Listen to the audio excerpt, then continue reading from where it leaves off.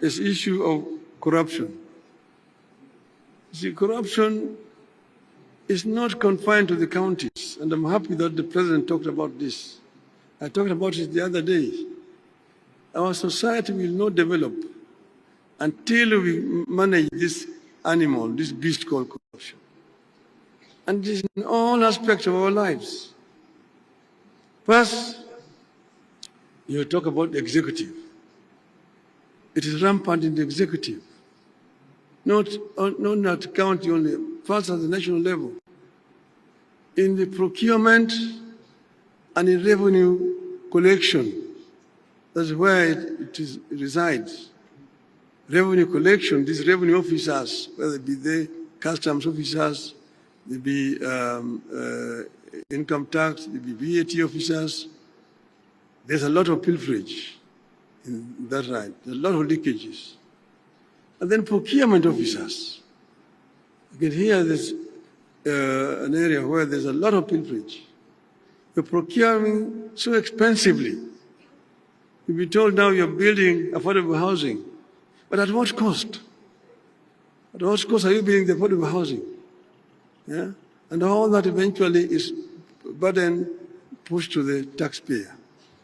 So this is an area where we need to face these enemies of our society squarely in procurement and in revenue collection. The other area here is, and this is both at the national and at the county level. Then go over to the legislature. Again, this domicile in the legislature. A lot of money was being wasted by people who should be working productively, being summoned to appear before parliamentary committees.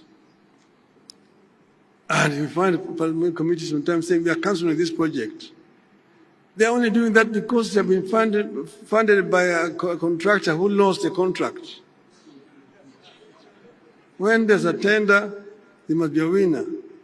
And once that the tender has been awarded, the contractors who lost will look for the member of parliament or an MCA.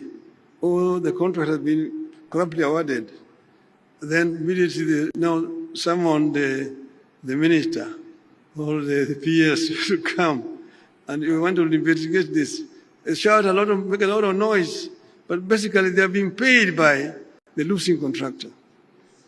As they've been doing this, you find the contract has been properly awarded, is suspended, is cancelled, and you know the financial year is very short. By the time you awarded the contract, it is September.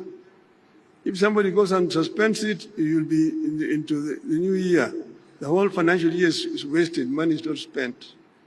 So Parliament must also be brought on board properly, because Parliament is also actually impeding implementation of government projects by being corrupted by contractors. And then, you know, come over to judiciary. Judiciary is also not blameless. When some people tell you that rather than wasting my money in hiring a lawyer, I'd rather bribe a judge, and I will get whatever I want. A criminal, somebody that committed a crime, when he's about to be arrested, rushes to court, and when he goes to court there, gets an order to stop him from being arrested. So the judiciary is a major impediment also. So the corruption resides also in the judiciary. And you come down to the private sector. The private sector is also not blameless. The private sector is where there's competition for contracts, and the ones who now go and bribe the executive, they also bribe the legislature and so on. So there's always a giver and a taker in a corrupt deal. So the private sector is also not blameless. The media is also not blameless here. The media is very much deeply involved. If you see the media saying, oh, we are exposing corruption here, they have been paid. But we have done a professional investigation exposing corruption in the legislature, or in judiciary, the executive. They themselves have been paid to do what they're doing. So the media is not blameless in this one here. So we need to deal with this issue squarely by looking at this animal called corruption, the face, and dealing with it. That's the only way that our country will be able to move forward. I thank you very much for listening to me.